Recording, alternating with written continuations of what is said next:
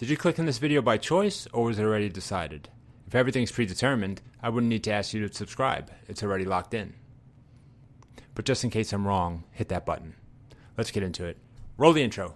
YouAreMopped. Who fucking names their channel that?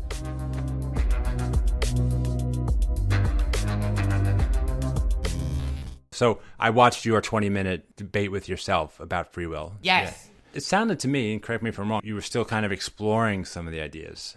Yes, I still haven't made up my mind because I don't think I can. I don't think I can make up my mind on that topic ever.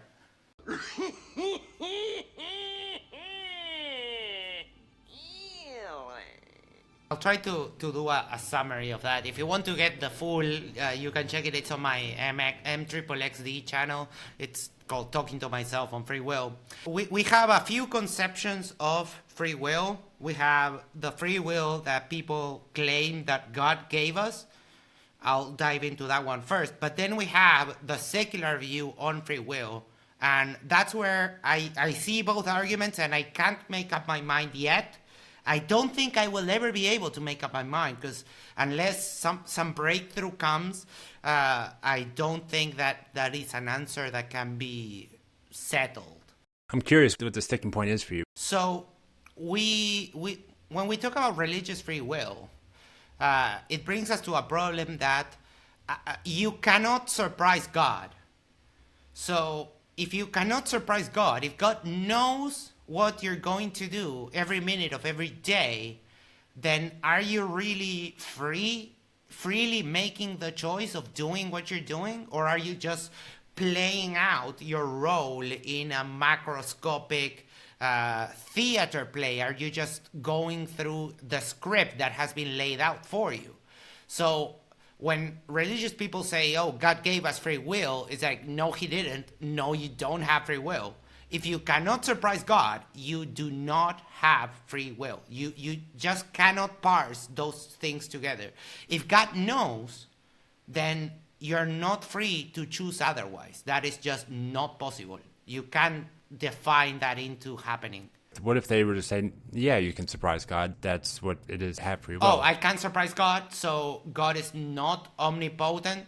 He's not omnipotent. He's not omniscient, then he's not God. Then God doesn't exist. Great. The theist part, to me, I didn't even really consider, because if God knows what you're going to do, then it's not free will. And if he doesn't know, then he's not God. Right, then he's not omnipotent. Yeah, omniscient.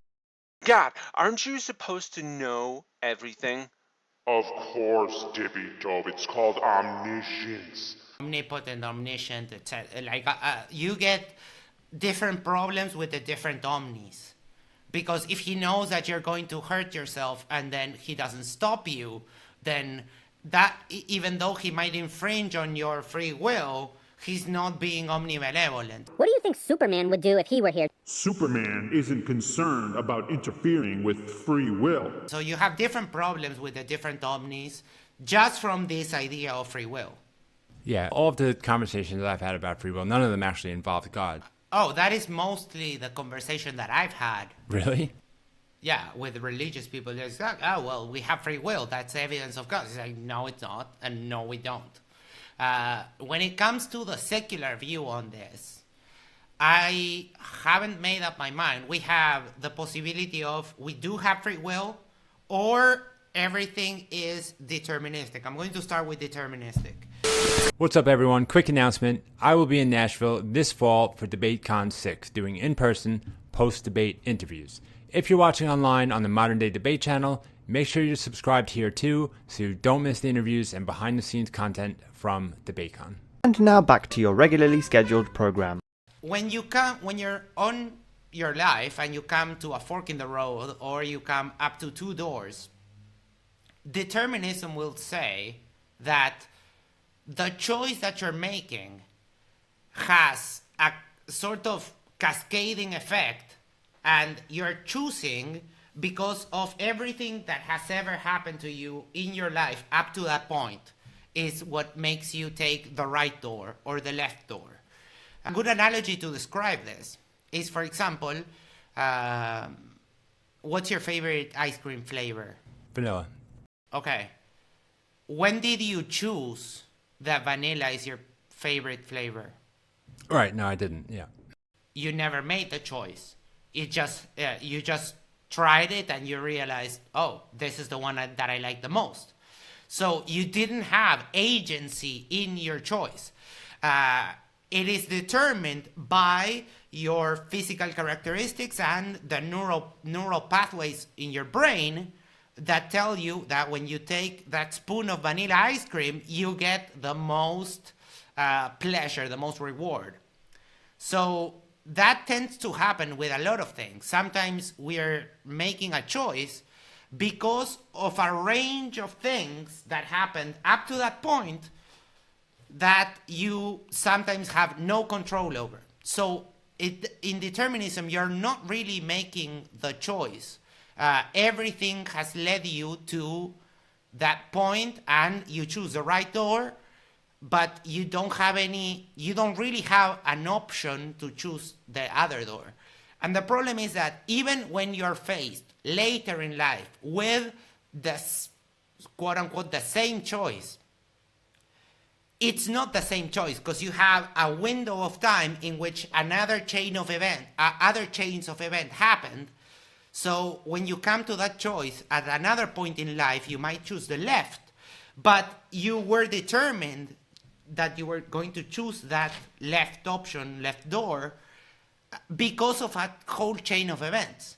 We could say that we have free will if you could actually make the same choice twice. If you could time travel somehow and go back to the same point and choose the other door.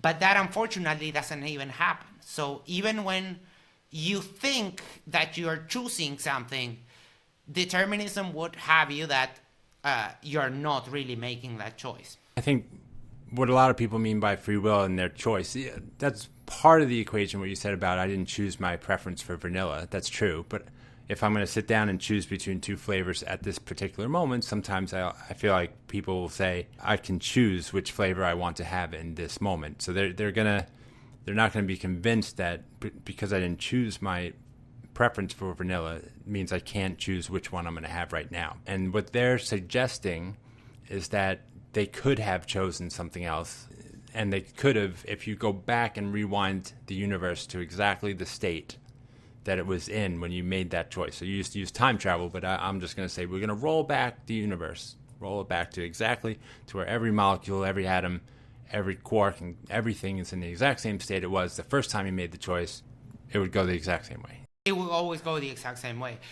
Even in that example that you told me, like, okay, what a flavor I'm going to choose now, that also has a chain of events that will determine what you will pick. Let's say you eat ice cream for a whole week and you're making the choice today to eat the chocolate ice cream because yesterday you have chocolate and strawberry and yesterday you had vanilla and chocolate, and or a repeated choice is like, and you're choosing today because, oh, this one I didn't have yesterday. So even when you're faced with that, you always have, you might not be aware of the why, you might not be aware of what it is, you might not be consciously aware, but if you're choosing, okay, I will choose chocolate because yesterday I had strawberry and I don't want to repeat, you might not be consciously aware of that. If you kind of introspect and think about it, you might be able to get to the answer.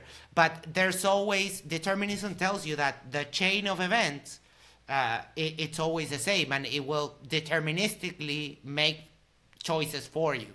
Yeah, it might be sometimes be better instead of picking a flavor, if pick something more indiscriminate like a square or a circle. Pick one. It's hard to justify, well, why did you pick circle? I don't know, because I had to pick one. Probably went back and forth. What made you land on that? And it's mysterious. You can't really explain it. Yeah, and even if you do like randomness, like if you go, in Spanish we call it tate a ti, when you go like, that also might depend on where you start. Or like a bunch of other stuff. So determinism is a very heavy, has a very heavy burden to get over. But on the other side, the other part of the argument that I go into on that video is that on the more fundamental base layer of reality, things are non-deterministic, and there was a Nobel Prize, I think in 2023, for discovering that the quantum world runs on a non-deterministic kind of system. So if that is the case on the most underlying basic layer of reality, I don't see why you can't extrapolate that to the upper layers, to our consciousness. So I really have a hard time actually making up my mind. I always answer I don't know. But wait, Max. Determinism and free will are two different things. So you're 100% right. So if it's true that the quantum realm does have true randomness built in, and if we wound the universe back and we ran it again, it would turn out differently because of the randomness, that's fine. That does rule out determinism. But again, that doesn't actually give you free will. Anyone who's into quantum physics and takes that seriously, that there is randomness on that level, yeah, that basically rules out a deterministic universe, fine. But that doesn't mean that you have agency or choice there. That is not your will. You're not controlling that randomness. Free will by definition means you're in control of which way this is going to turn out. The reason why I connect determinism to the argument of free will is that if the world is truly deterministic, then you're never really making any choice. You're just going through the motions. And that does seem to clash with the definitions of free will that I've been given, mostly by religious people. They are the ones that care about free will. But then there's the other prong of this part of the secular arguments for free will, is that we do look like we have the illusion of choice. So that's why I say that I can't really make up my mind on exactly Max, what I think. Max, randomness is not choice. They're two completely opposite things. Right, but when I come to the doors, I actually do have the choice, or at least the illusion of choice, of going left or going right. Right, but there's a difference between, you only introduced randomness, so if it's deterministic, or then you said introduce randomness in the quantum level, where does your choice, where does your free will come into play from that? It would be like a middle ground. It's either like randomness, determinism, or the middle ground in which you appear to have the illusion of choice. Free will implies that you had a choice and you could have chosen one or the other, but you had no choice in the randomness. That was the only thing different from the deterministic universe, was you added a random element, and that does not translate to choice for you. You didn't choose. It's random, which is the opposite of choice. These are kind of the nuances of this argument that they don't allow me to say, yeah, I believe in free will, or no, I don't believe in free will. Randomness just doesn't get you free will. Randomness doesn't get you free will. Determinism doesn't get you free will. But in the middle, you have the appearance of choice. So now here, I can go right or I can go left. And it does look like you can choose. That's always the case. It's an illusion of free will. But when you're there, when you're facing the two doors, you have that middle option. That's why I say it's like a three-prong kind of a thing. This would be sort of the middle, which is kind of a little bit of both, but then also like you're actively choosing. You're actively choosing the right door or the left. Then it starts to trickle down. How do you have the choice? Where did you choose that? You are actively deciding which door to open and go based on what? What would be different? That's why I call it or a lot of people call it the illusion of free will. Because you got it. You said because it's also not on the face. If you don't go deeper, if you just say, okay, I could have chosen the right door or the left door, until there you have a choice. You're making a choice. You're choosing to go right, you're choosing to go left. When you start going to the deeper levels, it's either a chain of events that determine what you chose, or everything is like random and you just chose one at random, and which is not really a choice. right? So that's why I have a hard time like actually deciding what I believe in when it comes to free will. Do you believe that we all can change the future every second by every choice that we make? Regardless if it's determined or not, the decision you're about to make is dependent on the state of everything in your being at the moment. And you're going to make the same, you said it yourself, you're going to make the same choice every time if that never changes. Right. But on the middle, you could go and do, your choice could be to do the opposite. What? Of what you thought. But you can't, because you never will, because everything as it exists leads you to the one way. There's no reason it would go the other way in the exact same configuration. But free will proponents will tell you that when you come to the fork, all choices being the exact same, when you come to that fork in the road or the two doors, you can go down the deterministic route and make your choice, or you can make the opposite choice.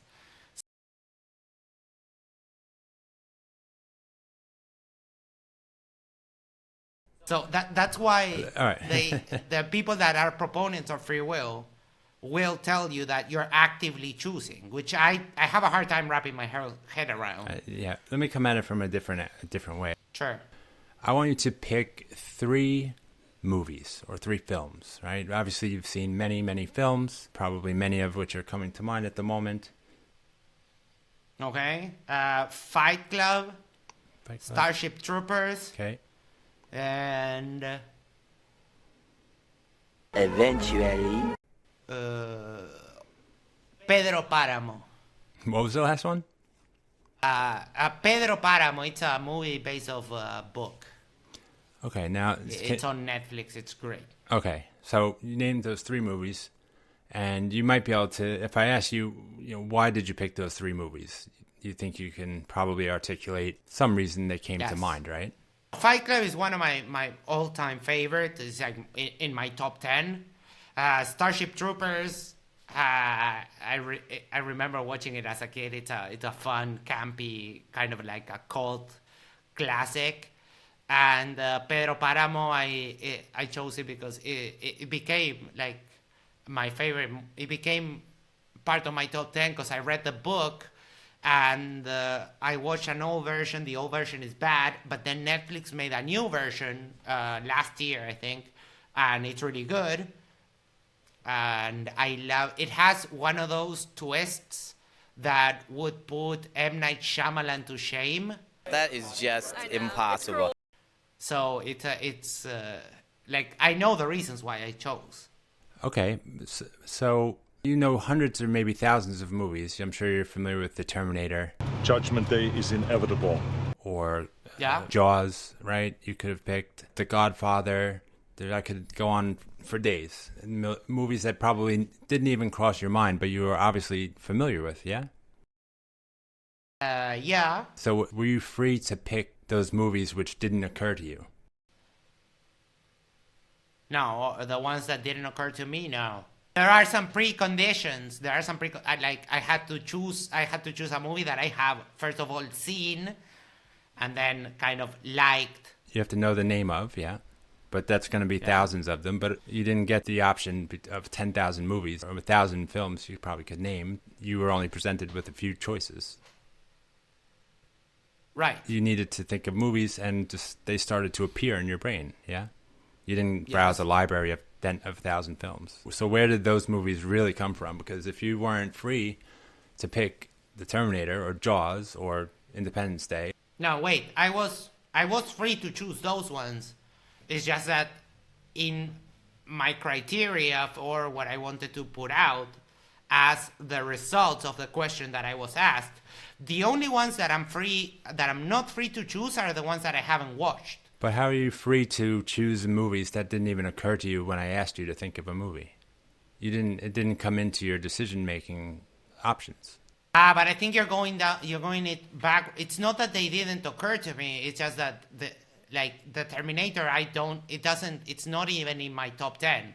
The Terminator is just like a meh movie for me. So we don't have to spend all night on this, but I just think about where those thoughts originated. You couldn't have told me The Terminator just now. You couldn't have, because it didn't even occur to you. You couldn't have told me Jaws either. Right, but it didn't occur to me because I set for myself a criteria as soon as I heard the question.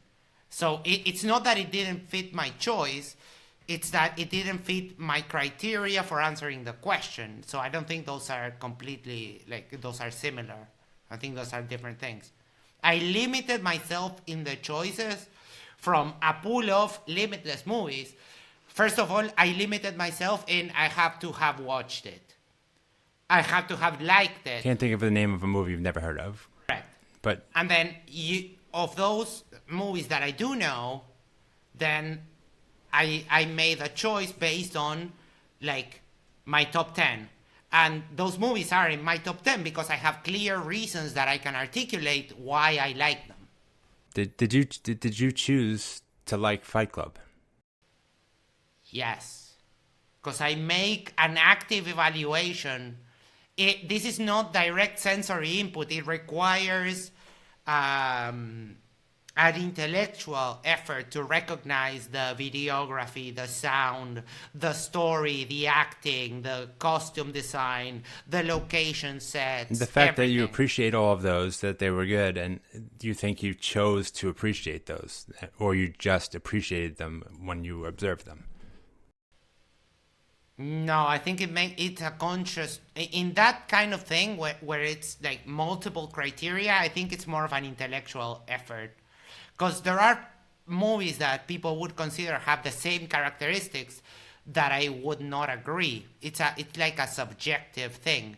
When we're talking about your ice cream... Why do you like that particular style of costume and not the other style? What made you like that style? You didn't choose to like that style, just like someone else didn't choose to dislike that style of movie.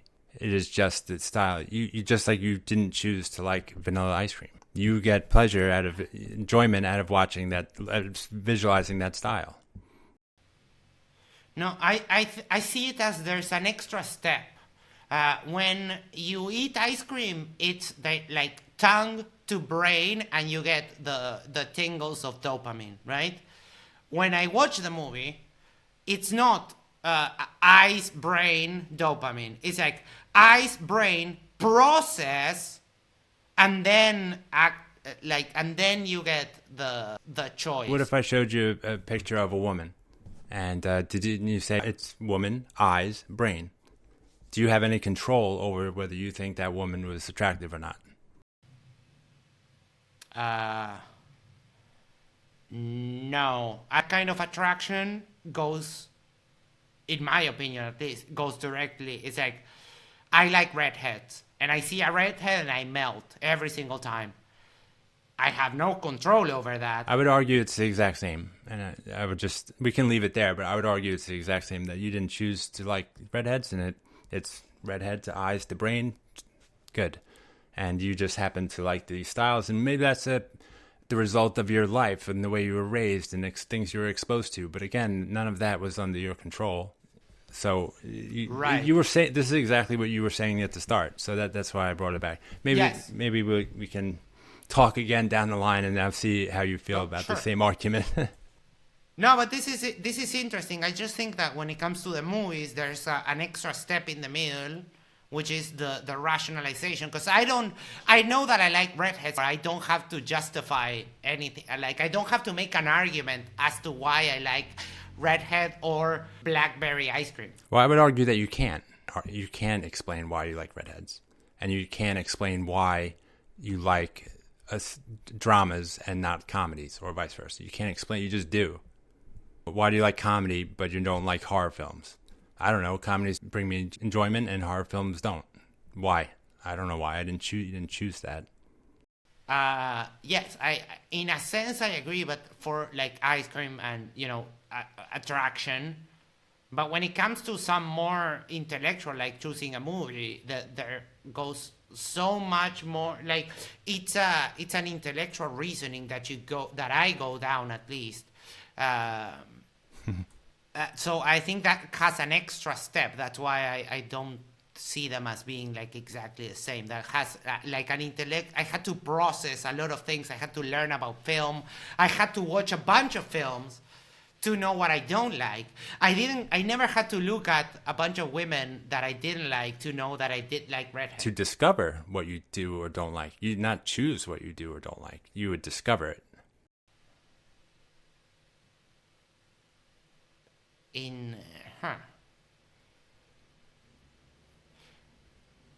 You discover what you like and don't like. Same with ice cream, same with movies, Could same, be, yeah. same with women. Yeah, could be. And all of these, and I haven't had a free will talk in a while, but that's why I say I can't make up my mind, because I can see a lot of the arguments from all sides, except for the theists. Like they have no idea what they're talking about. But when it comes to free will, I've seen, and now I have to rethink and maybe go back. I really want you to think about this, because when I was watching you have that conversation with yourself on the walk, I was like, damn, Max he's right there. Like, you were right there. Like, you get the whole determinism thing and the randomness thing, and everything is led up to the moment you didn't have a choice. You didn't choose your genes. You didn't choose your situation in life. And the next thing that happens to you, you didn't choose. So it's all just built on things that you never chose. And it's built on built, which leads you to this moment. And I think those choices are no more different than you didn't choose your ice cream. Your preference in movies or style of movie or dress or women, you didn't choose any of this either. You'll discover it. Do you want to linger on this free will thing a little bit longer, or do you want to move on to No, I think I'll have to continue. I'll think about it, and maybe we can talk about it again sometime. It's so cool because it's so rare that I get the opportunity to speak to someone who really has thought about it and gets all of that, because it's deep. It's deep, yeah. Yeah, if you ever want to have another conversation just focused on that. And maybe I can get a bit more prepared, because I may be fumbling some of the concepts, but it has given me something to think about. So does free will exist? Drop your thoughts in the comments. For more from my chat with Max and plenty of other videos, check out the channel, and I'll see you in the next one. Peace.